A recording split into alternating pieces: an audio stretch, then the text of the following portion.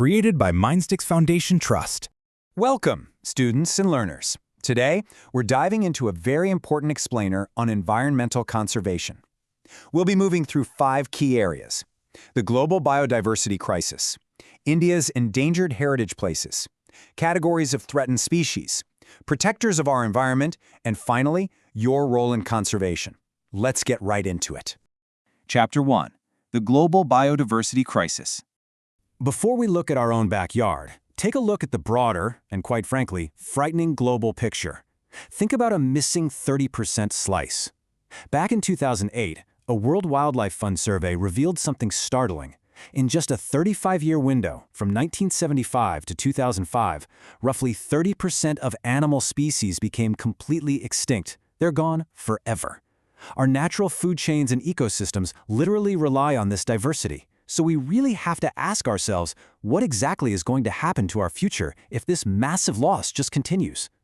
And that brings us to another stark reality, represented by this number, 2.3%. To put this into perspective, all over the world, there are 34 highly sensitive biodiversity hotspots. Now, once upon a time, these vibrant, life-filled areas covered about 15.7% of the Earth's surface. But presently, due to human destruction, a mere 2.3% of the Earth's surface is left over with these sensitive spots. Just 2.3%. And here's the kicker. This tiny fraction includes 150,000 plant species. That is 50% of the entire world's pound squeezed into just 2.3% of the planet. The urgency here is absolutely crucial. Chapter 2. India's endangered heritage places. Now, let's bring our focus home and look at our own magnificent Western Ghats. These spread beautifully across 6 states: Gujarat, Maharashtra, Goa, Karnataka, Tamil Nadu, and Kerala. But these vast, lush jungles are deeply endangered today. Why? Mostly due to the mining industry and an aggressive search for natural gas. Because of this, the natural habitats of the majestic Asiatic lion and the wild bison are under severe threat. Plus, out of the total plant species in the world, about 1,500 endemic plant species are found exclusively right here. So harming the Ghats means we're directly destroying them too. Let's compare the situations at 2 of our national treasures. First up, Manas National Park in Assam. It's under heavy threat right now because of the building of dams and the indiscriminate, careless use of water. Because of this, the local tiger and rhino populations are in direct danger. Next, we have the Sundarban National Park in West Bengal, which is a reserve meant strictly for tigers. However, the tiger population and the overall environment there are seriously challenged by dams, massive deforestation, and excessive fishing, along with trenches dug for those activities. It's clear that human activities are pushing these animals right out of their rightful homes. Chapter 3. Categories of threatened species. To properly protect our wildlife, we first need to formally classify threatened species so we know exactly how to save them. There are 4 main classifications. First, we have endangered species.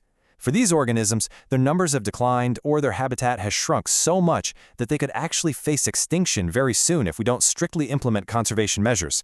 A prime example is the lion-tailed monkey as well as the lesser florican. They're in need of our immediate protection. Second on the list, we have rare species. The number of these organisms has considerably declined over time. And because these species are endemic, meaning they naturally only occur in very specific, limited areas, they can become extinct very fast. The beautiful red panda, along with the musk deer, fall into this very delicate category. Next, let's compare the 3rd and 4th categories: vulnerable versus indeterminate species. Vulnerable species are those whose numbers are extremely low and are continuously declining. That continuous decline is exactly what makes their situation so worrisome. Our magnificent tigers and lions fall into this group. On the other hand, indeterminate species definitely appear to be endangered, but due to their specific behavioral habits, like being excessively shy, we just don't have definite and substantial information about their actual numbers. A really wonderful example of this is the giant squirrel, also locally known as the shekru. Now, you might be wondering, how do we track all of this globally? Well, the International Union for Conservation of Nature, or IUCN, prepares something called the Red List. This list tracks endangered species from all different countries, and they use a pretty brilliant color coding system for its pages. The pink pages contain the names of currently endangered species, but there is definitely hope. The green pages list the names of previously endangered but presently safe species. Our ultimate goal must always be to move species off those pink pages and right onto the green ones. Chapter 4. Protectors of our environment. Turning the page to a more hopeful topic, there are many institutes at the state, national, and international levels voluntarily stepping up to do this noble work.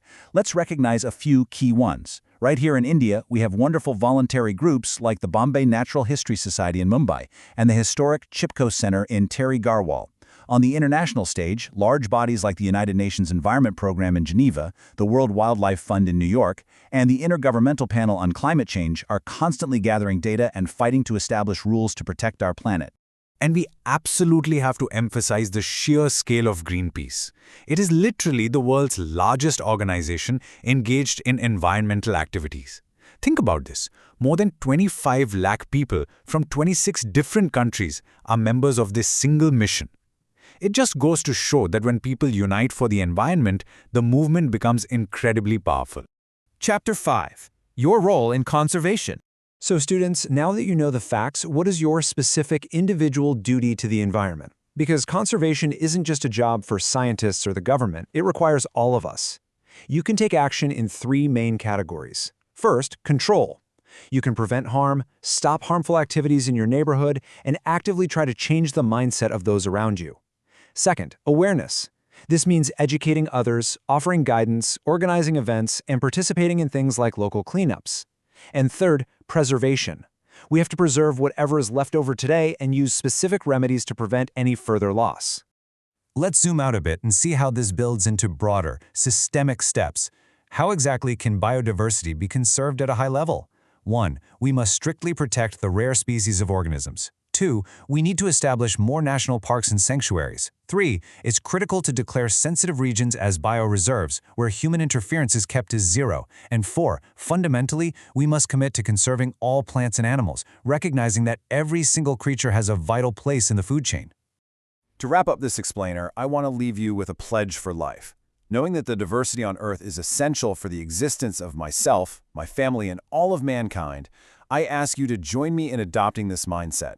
I pledge to adopt the following principles for a happy and satisfactory life of all organisms on the Earth. I will always try for the conservation and sustainable management of natural resources. I will make the change that I am expecting. I will be committed to the safety of all life on the Earth. Take these words to heart, everyone. Pure air and pure water are the absolute keys to a healthy life. So, I'll leave you with this thought. What is the very first step you'll take today in your own community to keep this pledge?